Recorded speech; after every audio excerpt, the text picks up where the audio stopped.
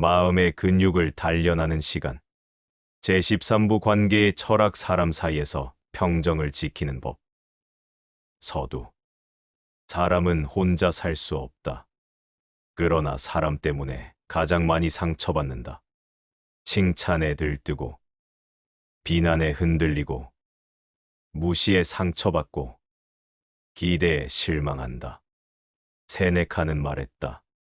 타인의 말에 흔들리는 자는 여전히 자기의 노예다. 관계 속의 평정이란 감정을 없애는 것이 아니라 감정의 방향키를 스스로 쥐는 일이다. 1점 사람은 변수가 아니라 현실이다. 에픽테토스는 제자들에게 이렇게 말했다. 그대가 통제할 수 없는 것은 날씨와 타인의 마음이다. 이 단순한 문장이 관계의 철학을 통째로 요약한다. 사람은 통제의 대상이 아니라 그저 존재하는 현실이다. 타인의 행동에 휘둘리지 않으려면 그가 변하기를 바라기보다 내가 반응하는 방식을 바꿔야 한다. 2점 평정을 지키는 첫 단계 감정의 거리두기. 누군가의 말이 너를 흔들 때 그 말 자체보다 너의 반응이 문제다. 세네카는 말했다. 모욕은 듣는 자가 받아들일 때만 모욕이 된다. 즉, 상대의 행동은 나의 평화를 침범할 수 없다. 그건 내 허락 없이는 내 마음에 들어올 수 없다. 감정의 거리두기란 무시가 아니라 선택적 반응의 능력이다. 3점 타인을 이해한다는 것은 용서가 아니라 이해의 관점을 갖는 것. 마르쿠스 아우렐리우스는 명상록에서 이렇게 적었다. 오늘도 거칠고 이기적이며 어리석은 사람을 만날 것이다. 그러나 그들도 나와 같은 인간이다. 무지하기에 그리 행동하는 것이다. 이 구절은 놀라운 평정을 준다. 우리가 분노하는 이유는 상대가 이렇게 하면 안 된다는 나의 기준을 어겼기 때문이다. 하지만 그도 나처럼 불완전하다. 그도 자신의 상처와 무지 속에서 움직일 뿐이다. 이걸 이해하는 순간 화는 연민으로 바뀌고 실망은 거리를 둔 관찰로 변한다. 4점 기대를 낮추는 것이 아니라 조정하라. 사람은 기대 때문에 고통받는다. 하지만 스토아 철학자는 이렇게 말한다. 타인을 내 기대에 맞추려 하지 말고 타인을 있는 그대로 관찰하라. 기대는 관계의 환상이다. 그는 나처럼 생각할 것이다. 그는 나를 이해할 것이다. 이 모든 가정이 무너질 때 평정이 흔들린다. 그러나 그는 그 자신이다라는 전제로 관계를 바라보면 실망할 일도 줄어든다. 기대가 아닌 이해를 바탕으로 한 관계가 진짜 평화를 만든다. 5점 비난과 오해 앞에서의 태도. 누군가 너를 오해하거나 비난할 때 본능은 반박하라고 속삭인다. 하지만 철학자는 이렇게 말한다. 세네카는 말했다. 그대가 진실하다면 지기관이 그대의 변호인이 되어줄 것이다. 진실은 설명보다 강하다. 침묵은 오히려 자신감의 표현이다. 너의 평정은 타인의 오해보다 훨씬 값지다. 때로는 설명하지 않는 용기가 가장 고귀한 자기 존중이다. 6점 관계 속 평정을 위한 3가지 기술. 1. 잠시 멈추기. 즉각적인 감정 반응을 멈추고 한 호흡 깊게 들이마시라. 이 짧은 공백이 평정을 지켜준다. 이 의도 보기. 말의 내용이 아니라 그 사람의 상태를 보라. 그는 지금 분노하거나 두려워하고 있다. 이 관점이 이해의 문을 연다. 삼거리 조절. 모든 사람에게 동일한 깊이로 관계하지 마라. 관계는 선택이다. 너의 평화를 침식하는 사람과의 거리는 곧 내 정신의 위생이다. 7점 용서는 타인을 위한 것이 아니라 나를 위한 것이다. 에픽테토스는 말했다. 타인을 용서하라. 그것은 그를 위한 것이 아니라 너 자신을 고통에서 해방시키는 일이다. 미움은 감정의 족쇄다. 용서는 그를 옳다고 인정하는 행위가 아니라 그를 내 감정의 감옥에서 풀어주는 행위다. 그 순간 너의 마음은 다시 자유로워진다. 8점. 관계 속의 자존 모두에게 좋을 필요는 없다. 모든 이에게 이해받으려는 욕망은 결국 자신을 잃게 만든다. 세네카는 말했다. 모든 이에게 사랑받으려는 자는 누구에게도 존경받지 못한다. 자존이란 타인의 시선이 아닌 자신의 기준으로 관계하는 능력이다. 누군가의 인정을 잃는 대신 너의 평화를 얻을 수 있다면 그건 언제나 옳은 거래다. 9점. 하루의 명상. 하루의 끝에 이렇게 묻자. 오늘 나는 누구에게 흔들렸는가? 그 흔들림은 내 안의 어떤 욕구에서 비롯된 것인가? 내일은 어떻게 다르게 반응할 수 있을까? 이 질문은 관계의 혼란 속에서 너의 중심을 회복시킨다. 10점. 마무리의 성찰.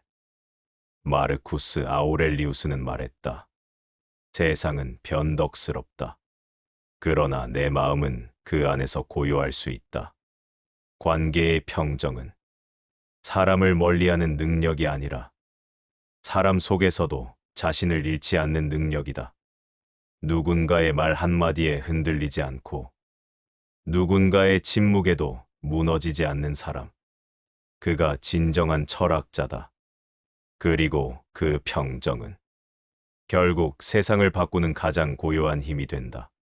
제14부 자기 대화의 철학 내면의 목소리를 다스리는 법. 서두. 하루가 끝나고 모든 소리가 멈춘 후에도 우리 안에는 여전히 목소리가 남아있다. 오늘 왜 그렇게 말했을까? 나는 왜 이렇게 부족할까? 괜찮을 거야. 이 조용한 속삭임이 바로 내면의 대화다. 세네카는 말했다. 혼자 있을 때 자신과 평화로운 사람만이 세상 속에서도 평화로울 수 있다. 내면의 목소리를 다스리는 일은 외부의 소음을 다스리는 일보다 훨씬 어렵지만 그만큼 더 깊은 자유를 준다. 1점. 자기 대화는 마음의 거울이다. 사람은 스스로에게 말하는 방식을 통해 자신을 정의한다. 에픽테토스는 말했다. 그대가 스스로에게 어떤 말을 하는가를 보라. 그 말이 그대의 영혼을 만든다. 비난과 후회로 자신을 채운 사람은 결국 두려움 속에서 산다. 하지만 자신을 이해하고 격려하는 말을 반복하는 사람은 점점 단단한 내면을 만든다. 내면의 언어는 곧 자기 인식의 재료다. 2점. 자기 비판의 함정 냉정함이 아니라 잔혹함. 많은 사람들은 자신을 단단하게 만들기 위해 스스로에게 가혹하다. 이 정도로 부족하면 안 돼. 왜 이렇게 무능해? 그러나 세네카는 경고했다. 자신에게 지나치게 엄격한 자는 남에게도 잔혹해진다. 건강한 자기 비판은 성장의 연료가 되지만 지나친 자기 비판은 자기 불신의 독이 된다. 자기 대화는 훈련이 아니라 폭력이 되어선 안 된다. 3점. 내면의 목소리를 바꾸는 첫 단계, 인식. 마르쿠스 아우렐리우스는 말했다. 너의 영혼을 괴롭히는 말은 대부분 내 입에서 나온 것이다. 내면의 대화를 바꾸는 첫 단계는 그 말을 듣는 것이다. 하루 동안 스스로에게 어떤 말을 했는지 기록하라. 나는 늘 늦어. 나는 운이 없어. 나는 노력해도 안 돼. 그 말을 글로 옮기면 그것이 얼마나 습관적인 부정적 언어였는지 깨닫게 된다. 인식은 변화의 시작이다. 4점. 두 번째 단계, 거리두기. 자기 비판의 소리가 들려올 때 그 소리와 자신을 동일시하지 마라. 에픽테토스는 말했다. 그대는 생각이 아니다. 그대는 생각을 바라보는 자다. 나는 부족하다. 라는 생각이 들면 즉시 이렇게 되물어라. 그건 사실인가? 아니면 단지 감정인가? 이 한 문장은 자기 비판의 흐름을 멈추게 한다. 5점, 세 번째 단계, 자기 언어를 재구성하라. 부정적인 자기 언어를 이성적인 언어로 바꾸는 훈련을 하라. 부정적, 말철학자의 언어. 나는 실패했다. 나는 배웠다. 나는 부족하다. 나는 아직 배우는 중이다. 왜 나만 이래? 이 일은 나에게 필요한 훈련이구나. 이건 단순한 자기 위로가 아니다. 이건 이성으로 감정을 재정렬하는 훈련이다. 세네카는 말했다. 감정은 언어로 만들어진다. 언어를 바꾸면 감정도 달라진다. 6점. 자기 대화의 철학적 목표. 자기와의 화해. 스토아 철학은 감정의 억제가 아니라 감정의 조화를 목표로 한다. 내면의 평화는 자신과의 화해에서 시작된다. 마르쿠스 아우렐리우스는 썼다. 그대가 자신과 화해하지 않는다면 세상 어디에도 평화를 찾지 못할 것이다. 자신과 싸우는 사람은 세상과도 싸운다. 자신과 화해한 사람은 세상과도 평화롭다. 7점. 자기 대화의 질을 높이는 세 가지 습관. 1. 하루의 끝 일기. 오늘 스스로에게 어떤 말을 했는지 적어라. 비난보다 배움, 후회보다 통찰의 문장을 찾는다. 2. 아침의 선언. 하루를 시작할 때 짧은 문장을 자신에게 말하라.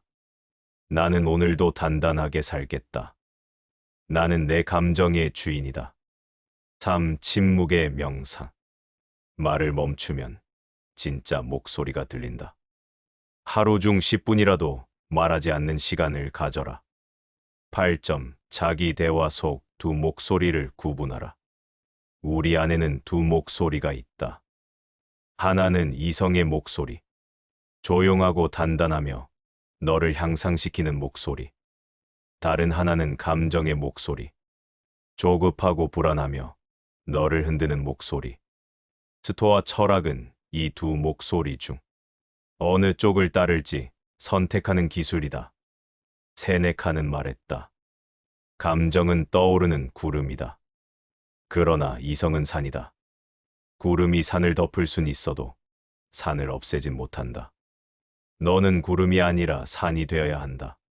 9점. 자기 자신을 친구로 대하라. 우리는 친구가 실수하면 이렇게 말한다. 괜찮아. 다음엔 더 잘하면 돼. 하지만 자신에게는 이렇게 말한다. 너는 왜 항상 이래? 이 모순이 내면을 병들게 한다. 에픽테토스는 말했다. 자신을 대하는 태도로 그대의 품격이 드러난다. 스스로를 가르치되 괴롭히지 말라. 스스로를 비판하되 멸시하지 말라. 스스로를 이해하되 방치하지 말라. 자기 자신을 적으로 대하면 평생 전쟁 속에서 산다. 하지만 자신을 친구로 대하면 그때부터 진짜 성장의 길이 열린다. 10점. 마무리의 성찰. 세네카는 말했다. 마음의 평화를 원한다면 먼저 자신과 화해하라. 세상은 조용해도 내면이 시끄럽다면 그건 고요가 아니다. 자기 대화를 다스린다는 것은 내면의 소리를 끄는 것이 아니라 그 소리를 정돈하는 일이다. 오늘 밤 스스로에게 이렇게 속삭여라. 오늘도 나는 나의 편이었다. 비록 완벽하지 않았지만 나는 최선을 다했다. 그 한 문장이 불안한 마음을 평정으로, 비판적인 목소리를 이해로 바꾼다. 제15부 죽음과 유한성의 철학 끝을 인식할 때 삶이 깊어진다. 서두. 사람들은 죽음을 두려워한다. 그러나 철학자는 죽음을 잊는 것을 더 두려워한다. 마르쿠스 아우렐리우스는 말했다. 그대는 죽음을 두려워하지 말라. 다만 살아있는 동안 제대로 살지 못하는 것을 두려워하라. 오늘은 이 문장의 뜻을 풀어보자. 죽음을 직시할 때 비로소 우리는 진짜로 살아있는 순간의 소중함을 알게 된다.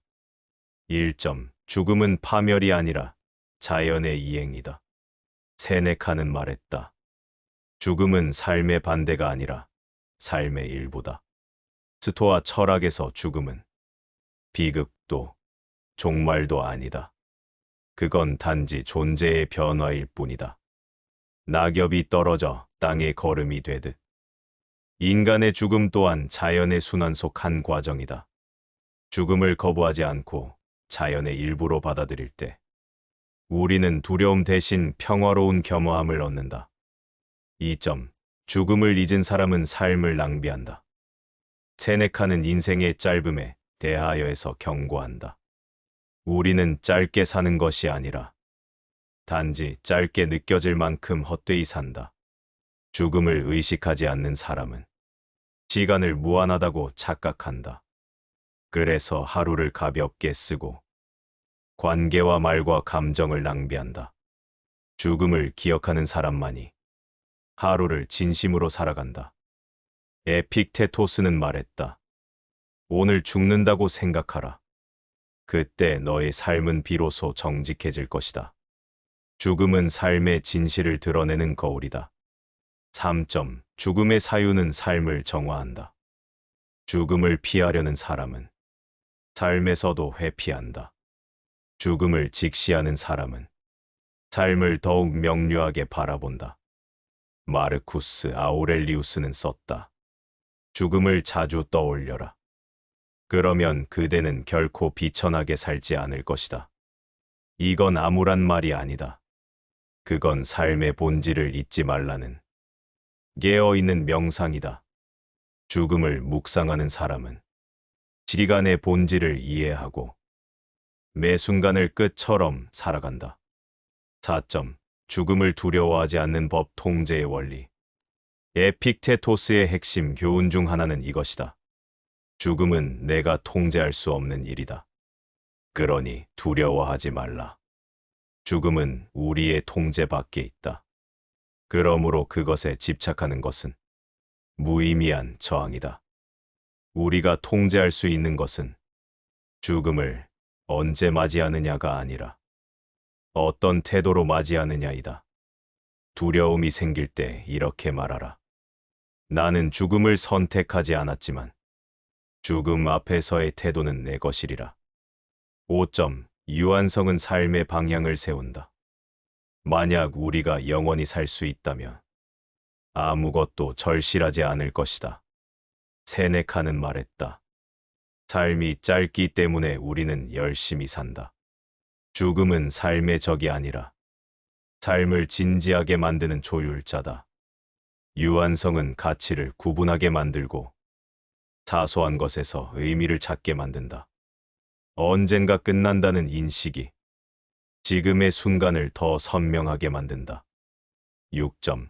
죽음을 사유하는 일상의 훈련. 일 하루의 끝을 마지막 날처럼 정리하라. 미뤄둔 일, 전하지 못한 말, 풀지 못한 오해가 있다면 오늘 안에 정리하라. 이 작별의 의식을 훈련하라. 하루의 마무리를 감사로 끝내라. 오늘 하루도 살아 있었다. 그 한 문장이 하루를 완성시킨다. 지금을 충분히 느껴라. 음식을 먹을 때, 대화를 할 때, 자연을 볼 때, 이 순간이 다시는 오지 않는다고 느껴보라. 그 감각이 현재를 깊게 만든다. 7점. 사랑하는 사람의 죽음을 대하는 법. 죽음은 타인의 형태로 먼저 찾아오기도 한다. 그때 우리는 무력감을 느낀다. 마르쿠스 아우렐리우스는 말했다. 사랑하는 이의 죽음은 슬픔이 아니라 회상이어야 한다. 스토아 철학자는 슬픔을 부정하지 않는다. 그 철학의 완성이다.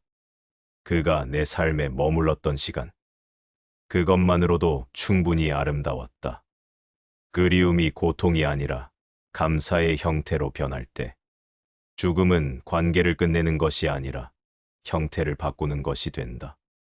8점. 죽음을 사랑하라. Amor Mortis. Amor Fati. 운명을 사랑하라가 삶의 전체를 수용하는 태도라면, Amor Mortis. 죽음을 사랑하라는 그 철학의 완성이다. 세네카는 말했다. 죽음을 미워하지 말라. 그것은 자연이 너를 쉬게 하는 순간이다. 죽음을 사랑한다는 것은 죽음 자체를 찬양하는 것이 아니라 그 끝마저도 삶의 일부로 껴안는 것이다. 죽음을 사랑할 때 삶의 모든 순간이 새롭게 빛난다. 9점. 하루의 명사. 오늘 하루가 마지막이라면 무엇을 후회하겠는가? 무엇을 더 사랑하겠는가? 무엇을 놓아주겠는가? 그 질문을 던질 때 삶의 불필요한 욕심과 미련이 사라지고 남는 것은 단 하나, 진실한 순간이다. 10점. 마무리의 성찰. 마르쿠스 아우렐리우스는 명상록에서 이렇게 말했다. 죽음을 생각하라. 그 생각이 그대를 겸손하게 만들고 지금을 사랑하게 만들 것이다. 죽음을 두려워하는 사람은 삶을 얕게 산다. 죽음을 받아들이는 사람은 삶을 깊게 산다. 죽음은 끝이 아니다. 그건 삶을 더욱 순수하게 정제시키는 불이다. 죽음을 사랑하라. 그건 곧 삶 전체를 사랑하는 일이다.